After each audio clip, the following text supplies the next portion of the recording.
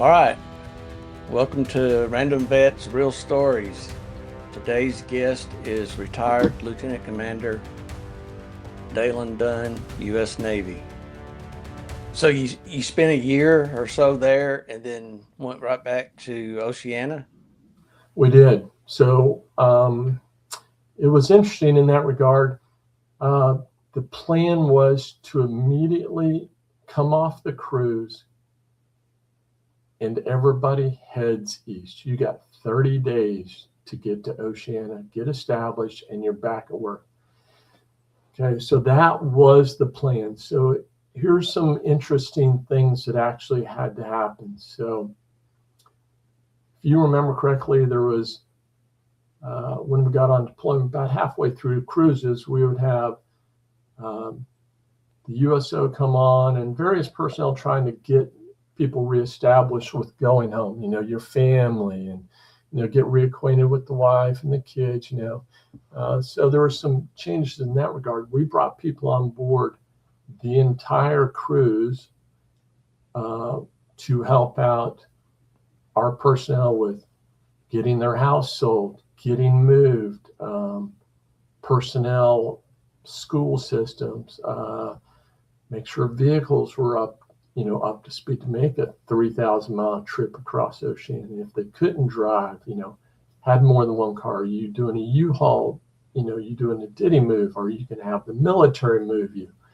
Do you have storage unit you need to empty out? So all those logistics, we had personnel on board the entire time trying to help out the entire squadron. This was air crew, support personnel, maintainers, everybody was going. So, pardon me.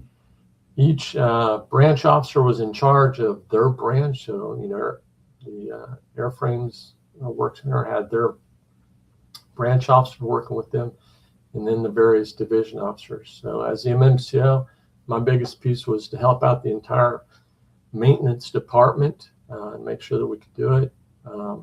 Prior to cruise, you may remember we had always sent an advance debt to make sure the spaces were ready and, bring the squadron in.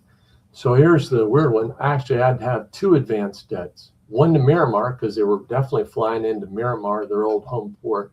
They were going to get gas, see their wives and children, and get right back in their planes the next day and fly them to Oceania. Me keeping my fingers crossed, nothing broke when they landed in Miramar, and nothing broke on the way out to Oceania. So I also had an advanced debt in Oceania. Had to prepare spaces, get ready for us, our new home. Work with the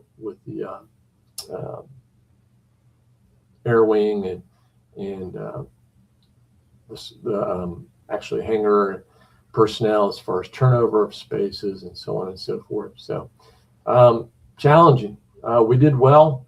We had everybody get across country that was supposed to in a timely manner. I had one issue with an accident, bad road conditions, nobody hurt. It's just an accident. Had to figure out another way to get that person, the rest of the way, right, and their family.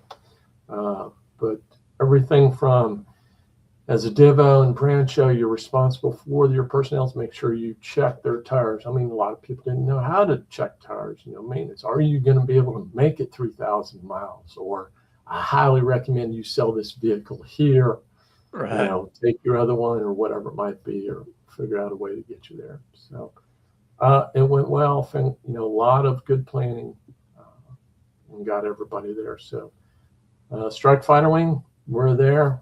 I'm back in my old stomping grounds, Oceania. Different way of doing business than the West Coast. I'd always heard there was a difference between the East Coast and the West Coast. Actually, definitely saw that when I was on both sides. Even though I was only out at Miramar a little bit of time, we still went through inspections, pre-cruise inspections of the aircraft. Make sure all the screws are tight on the aircraft, just on and on and on. But did well. Tried to ramp up the squadron in preparation for Oceania. All the things that we were going to have to go through and stuff. The CAG 3 did well.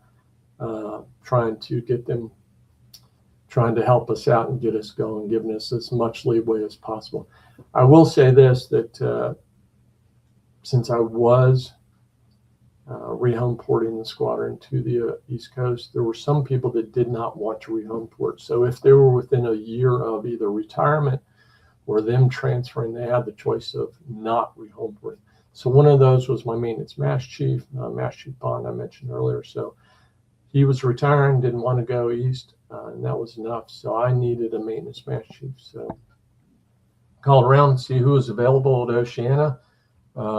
Spoke to detailers. John Trissini, Master Chief John Trissini was available. I called him up, spoke to him, and asked him to come on board as maintenance Master Chief. I knew him in various other squadrons. He was over at 101, if I remember correctly. And he said, absolutely, I'll come on board. So we'd worked together well on various other projects. We knew each other in other squadrons. So he had a few people he wanted to bring on board as chiefs and so on and so forth. So I said, yeah, let's do it. So I will say, Tim, that F-14D, going back to your man hours discussion, it was, I wish everybody could have had an F-14D. It was the best aircraft of the F-14s. There's no doubt about that. I mean, I love them all, but I mean, maintenance man hours, it's just unusual. You have aircraft coming back, you have 3 or 4 birds come back. No airframes gripes, no IWT gripes, no nothing. Wow. Light bulbs out on whatever it might be, or their map lights out, whatever. Okay, we can handle that. Or they dropped an ink pen in the cockpit. It's the normal FOD things, but yeah, it was just mind-boggling. Everything that we wanted, fixed power and everything else, in the avionics system, AUG-15 instead of the AUG-9. It was truly incredible. So, did you do an East Coast cruise with VF-31? Did not. So that was the interesting piece. So I was trying to work it with the CAG. I said, it's the MMCL. I said, I know we're getting, ready to work up for our next deployment, so on and so forth. And we'd seen the boat schedule for all the workups, to come out there. So my piece to the CAG maintenance officer was, hey, can we just go ahead and stay on the East Coast? We'll do our workups out here on the East Coast. There's enough ships here they're deploying, and we can send out personnel on the ship to take care of our planes, hot switches and hot pumps and air crew and so on and so forth, until it gets time that you feel it's time for us to come out to the actual ship. Because it was a matter of, you had to transport all your equipment 3,000 miles, truckloads, semi-truckloads, personnel, pallets, you're packing up C9 pallets if you couldn't get the trucks, and just on and on. It was just, and you're doing this every 6 weeks because there was another workup. So convinced him. I said, all right, don't have to come out until TESTA, which is usually a few months prior to the actual cruise. You need to come out and integrate yourself into the squad, into the wing at that time, and we'll go from there. So that's what we did. Worked out real well. I would usually send a crew of 20 maintainers, like one from every shop, an airframe or whatever it might be, to be on the East Coast ship for our East Coast qualifications, So they go out on the Ike, or we'd bounce on the Ike, or we'd bounce on, whatever, the America, or whatever ship was available, whoever was trying to do their workups. They welcomed us, whoever the F-14 squadron was there, that was usually somebody was there bouncing also, so they would host us. So that worked out real well. There was no, it's them or anything like that. So, right. So, yeah, so it was not something new. I mean, the EA-6B squadron up in Whidbey was doing the same thing. They were bouncing off the East Coast instead of coming all the way down for their workups. They could do the same thing. So I was thankful the CAGMO and CAG actually let us work that out instead of doing the wasting time, being away from family, just dragging us cross country for a 2-week debt. It was just painful, right. just a bounce. So, yeah, that worked out well. And then finished out there in 99. Yeah. '99, and that was the end of the sea duty for that, and went over to went down to Pensacola. That was my next shore duty. So after back-to-back sea duties, went down to Pensacola for shore duty. Went down to Chief Naval Education and Training, the Admiral. So that was the big command in charge of all the schools for naval education, everything from air crew school to boot camp in Great Lakes. So they were in charge of all the naval training. They had moved all the A schools to Pensacola by that time, correct? They were in the process. Almost all of them were. Yeah. Okay. Yeah. Slowly shutting down the boot camps. Orlando was on its way being shut down. San Diego, of course, had already been turned over, to the Marines and stuff. So that was already set. Pretty much established in Great Lakes as the only boot camp. But so came down here to CNET. So basically a staff member. Went to a work center, I guess we'll call it a work center, or part of CNET that was called SHOP, so schoolhouse operations. So that's where I was. Worked for a Navy captain in there. I was one of a few officers that were in charge of overseeing the operations of various Navy schools. So basically, except for Great Lakes and Orlando and a few other intricacies, I had quite a few of the schools. I was responsible for overseeing the operations and resolving issues for schools east of the Mississippi. So everything from Groton, Connecticut, the Submariner schools up there, to Air Crew School in Pensacola, to the Postal Clerk School in South Carolina. That's a joint school with the Army. So I was responsible for visiting each of those schools quarterly, trying to help them resolve their issues, where they needed personnel, where they needed equipment, what it was that I could help them get, and so on and so forth. And then, of course, report back to the Navy captain, both verbally and in writing. And then, So how long was that tour? So it was a 3-year tour. I left there in '02. They didn't cut you short. They didn't cut me short. So, and then it was back to sea duty for that one. So you'll like this next one. So went from there to Harry S. Truman, AIMD officer, IM3 division officer. So I was going to AIMD. So Okay. instead of being the air wing on board, now I'm, actual AIMD. I am one person within one of the departments on the ship, so ship's company. So got there in '02 to the Harry S. Truman, and I left there in '05. So did two deployments on the Harry S. Truman. So it was different. As I said, I was IM3 division officer there, and then towards the end, and about 6 months before I left, selection for lieutenant commanders came out, and I was selected for lieutenant commander. So as luck would have it, the assistant AIMD officer was rotating out, and so they didn't quite have anybody at that time to rotate in. There was a delay for the replacement. So the AIMD officer, Commander Kennedy, put me in as the assistant AIMD officer, even though I didn't have my lieutenant commander on yet. I was definitely already selected for it, so he was kind of prepping me up. So teach me a little bit about the duties, AIMD officer and assistant, what is it, so on and so forth.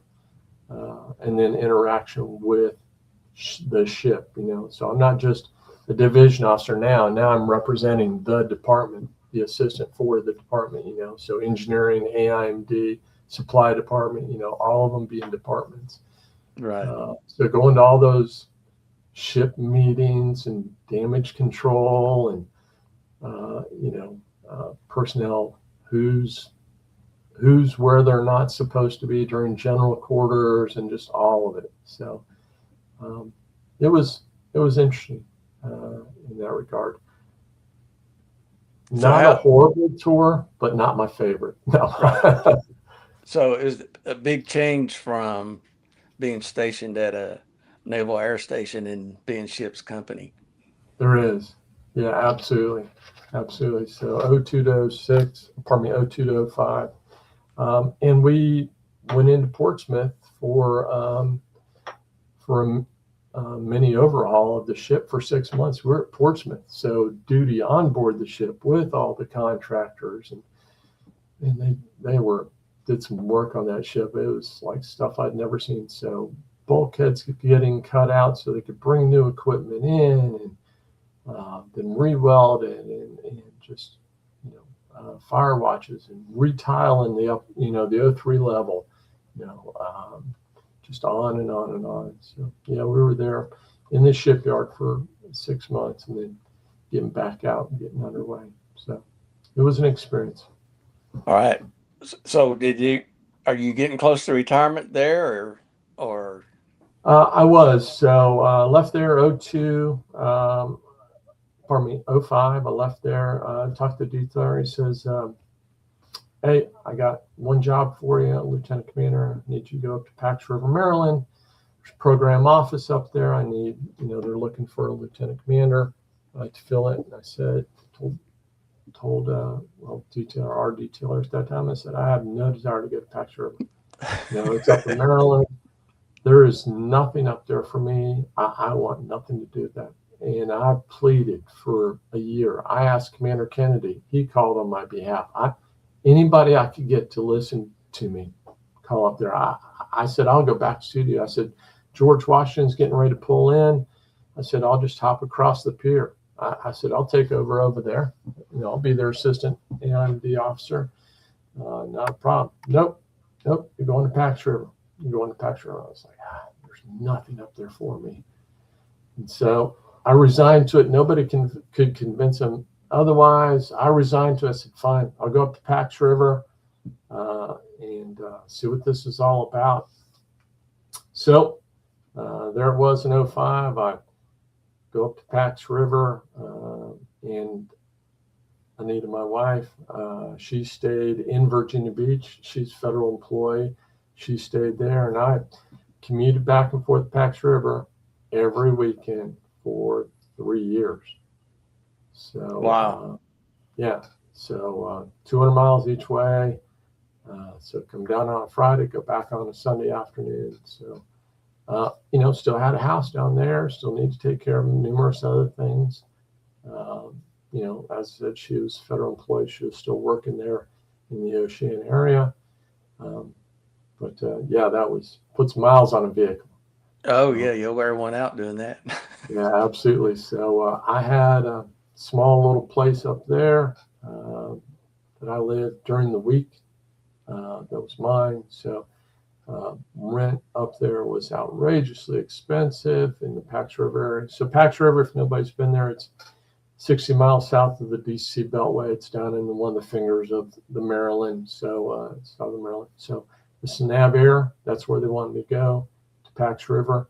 The program office was PMA 260, so that's where I went. So learned a lot there at Nav.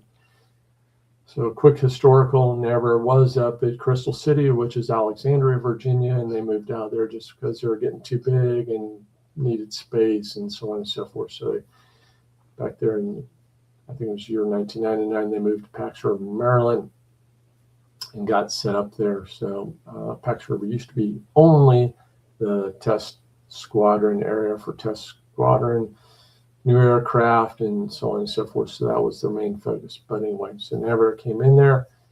And so Navarre in its piece has various program offices for various things. H-60 aircraft have a program office. The F-14 has a program office. And in that program office is various officers, support personnel enlisted to support the mission. So they have a class desk. Somebody calls in from the fleet with a question about an airframes change or an avionics issue that doesn't seem quite right or whatever. So they're there to help the fleet personnel get their answers, get issues resolved, whatever it might be. So that's what it was. So the program office I went to was PMA 260, which was support equipment. Okay, so this office is fairly large, a lot of personnel in it, but the support equipment that they wanted me to oversee was for ordnance. So any of the test sets for ordnance, the Kraltz test set, OM102, tester OM103, and the ordnance equipment for transporting, testing ordnance and such. So the trailers that we use to haul the missiles out, the 191 skids up on the flight deck that we're hauling the AIM-9 around on, or those were all the things that I was responsible overseeing, all the parts for it, even though they were out there, basically anything in that regard. The test sets, are we running out? Do we need to do another procurement of those test sets? Do we need to upgrade them because the software is not there? Just on and on and on. Fortunately, had a great team, the engineers, the logisticians and such, that my team, they're working out of Lakehurst, New Jersey. So everybody knows pretty much where that is, and the blimp and so on and so forth. So they have a great team up in Lakehurst that supported us, the entire support equipment program office. So there was another officer or senior civilian that was in charge of the electronic gear. So those test sets, the cranes that we used on the ships, lift aircraft, that was part of our program office. The avionics benches to test all the boxes, that was part of our office. So it was just a massive, massive program office. And sorry for dragging out the conversation, Tim. That was my last tour in the Navy. So retired out of there in 2008. I was there from 05 to 08, 28 years. A lot of people ask me why I didn't do 30 years. I was 28 in a couple months. And honestly, the simple answer was there was no new challenge. I called up the detailer, says, I'm going to send you back to sea. You're going to go back and be an AIMD, assistant AIMD officer. I was lieutenant commander still. I was like, that's really not a challenge. I've already done AIMD. That's what I got for you. That's where you're going. And I was like, looked it up, I looked at retirement, the difference between staying 30 years, going back to sea, going back down to Oceania. The difference was $22 a month in retirement. I was like, wow. It's not worth it to me. I'm done. You're not giving me a new challenge. I mean, it's what he had. I understood that, but I was just getting tired. It's just not something new. I'm just not excited about that. So, okay. Well, which tour stood out for you? For what reason?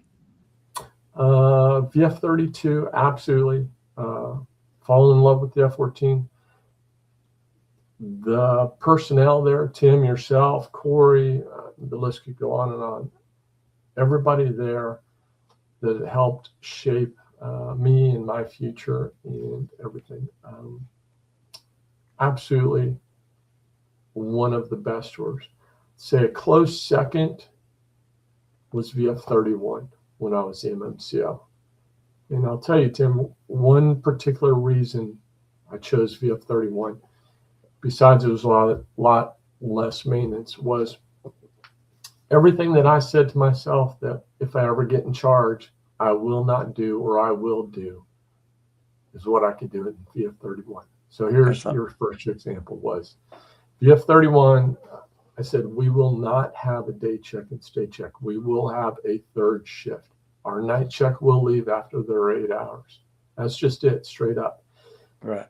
And Master Chief Senior says, I don't know if we've got the personnel. I told Master Chief Senior, I said, we've got to carve it out. I want a skeleton crew here for that third shift. They can do, prep for the next morning's go. They can help each other out.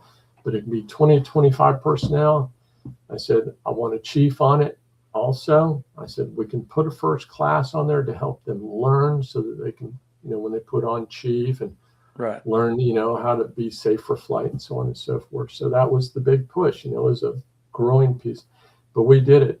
We never had a day check, stay check. Always had 3 shifts while I was there. Things that I said, if I was in charge, I'm going to change. So that's what I did. I was happy to see that. I think for the troops, knowing that your set time to go home is when you're going home. There's not like you're getting home and you're seeing your kids head off to school for breakfast, after they ate their breakfast. It's just not working that way. So. Right. That's awesome. All right. So, out of all your tours and all the places you've been around the world, where's your favorite place? There is a lot, Tim. You're absolutely right. Lots of deployments, lots of places. My favorite is Hobart, Tasmania. So that was West Coast deployment. Do Australia, Tasmania is a small island to the east of it. So we went to Hobart, Tasmania twice. I went in there twice on deployments. It was like no other place that I've been in. This is why I don't believe that they'd ever had a American aircraft carrier visit there, if I remember correctly. So we were the first one there. They had set up to where they had host families for anybody that wanted to be hosted coming off the ship. So it was basically a family that was going to host sailor or sailors to meals, to show them around Hobart, Tasmania, to take them to the opal mine so that they could experience that, to basically see their lifestyle there. It was absolutely incredible. Stepped off that ship, walk into a bar, you're wearing a uniform, you could not buy yourself a drink. Absolutely not. The amount of money you had in your pocket was what you were leaving with when you walked out. It was incredible. The people were so kind and generous. Lots of great ports, but that one will always stick out. You could walk down that pier and there was a section where they had bulletin boards, okay? And somebody from that town would help you out. You could pick a family from that bulletin board to go be a part of. It's like they just had a write-up. This was their name. This is what they were offering. You could experience this life, go here, whatever it might be. So you could select it, and Was there a language barrier? No. So they spoke, Australian, normal English, Okay. with mostly the English or British accent to it. So, you could work past it pretty easily. Okay. So no, it went real well. Lots of great ports. Singapore, I enjoyed tremendously. The cleanest city I've ever seen in my entire life. Yeah. So clean. They don't even sell chewing gum in Singapore because they don't want you to spit it out on the street and they got to clean it.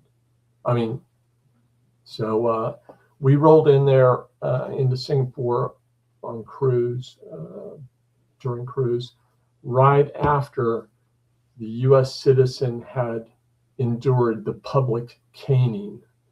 I remember that. Vandalizing cars. You remember that? Yep. So we were told before we got off the ship, this being from the commanding officer, that if you get in trouble in Hong Kong, you're going to be part of Hong Kong for a while because they will not turn you back over to U.S. So if you get in trouble or you can't bail you out, we will see you whenever they release you. So, whether it's public caning, you could be part of that, whatever it might be. So just know that before you get off ship. No busting out windows, getting drunk and whatever it might be. So anyway, mind your P's keys. We left out there. Everybody did well. Nobody got left behind or. That's a good thing. Yeah. Hong Kong, I enjoyed Hong Kong. It was probably my third, Tim. Just going into Hong Kong, the people, the lights. Always had a good time there. It was incredible. That was it. Okay. I know you've touched on you were married. How many kids do you have? So my first wife, we have 2 children, a daughter by my wife and I, and then I adopted her son, which was 5 at the time. His name is Jeremy. Shortly after we got married, and then my current wife, Anita, she has 1 daughter, and then we have not had any children of our own together, and we'll stop that. Yeah. All right. Where did you once you retired? Where'd you go? All right. right, so you're going to like this little piece. So, as I said previously, I retired up in Pax River, Maryland, in 2008, 28 years. So I said, okay, what am I going to do now? So my wife and I talked, quite a bit. What's next? Where do I go? So on and so forth. So I decided that I'm going to stick around the Pax River area a little while longer. Okay, I said she wanted me to flip to be a federal employee. Okay, I'm retired Navy. Let me just flip to be a federal employee and start working the government employee side. Which Pax River does employ quite a few government employees, DC area, so on and so forth. We all know that. So it was kind of like, okay, what's the next career? So anyway, I spoke to a few companies out in town, besides, trying to get my resume together as far as putting it in for being a government employee, applying for a government job. So one of the companies that we used in that program office that I was in was Eagle Systems. So we used some of their personnel. They mostly hired personnel that were prior military, just finished up, retired, that they could use to fill whatever job various program offices needed, whether it was logistics, overseeing something, helping with project, it's creating spreadsheets, whatever it might be. So they hired usually senior enlisted personnel or officers. So that was their whole forte. So I went over to Eagle Systems. I was hired on there as a contractor for 9 months. I came back and I worked for the lieutenant commander that I hired to replace me. So here I am. I just did this guy's job, last month that I've hired in. So I know what he's supposed to be doing. So my program office or that program office enjoyed that tremendously. So there was no real skip or learning curve. I could teach him on the fly, and also keep our program office going without any real issues. So did that for 9 months. I'd been interviewing for a government job for quite a bit. During that 9 months, I finally got accepted for a government job over in the metrology calibration area.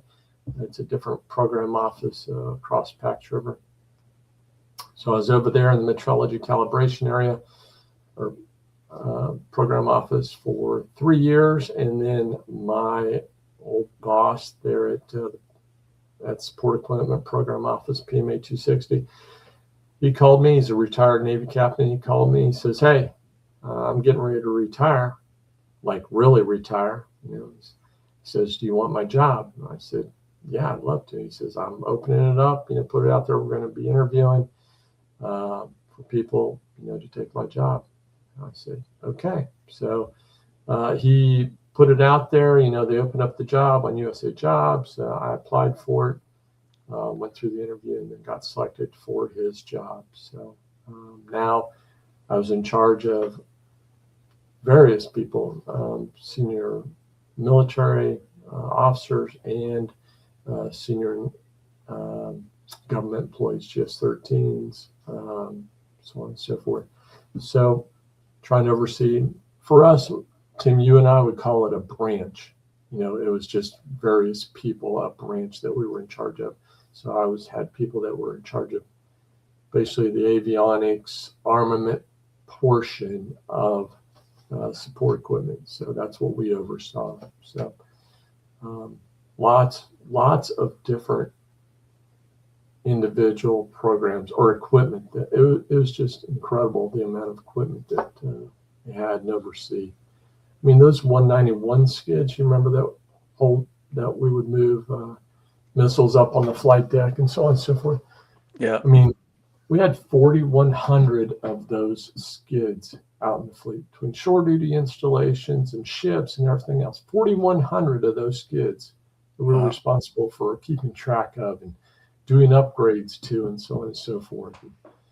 If somebody lost one over the side or bent or broke it or snapped it in half, they got to be replaced too. Oh yeah, and keep parts on the shelf for. So I guess it's kind of like a kind of like a car manufacturer, car dealership in that regard. Got to keep parts on the shelf. So Tim, your point. So I took over as my old boss's job there, and I was there for quite a while. 2015, I left there.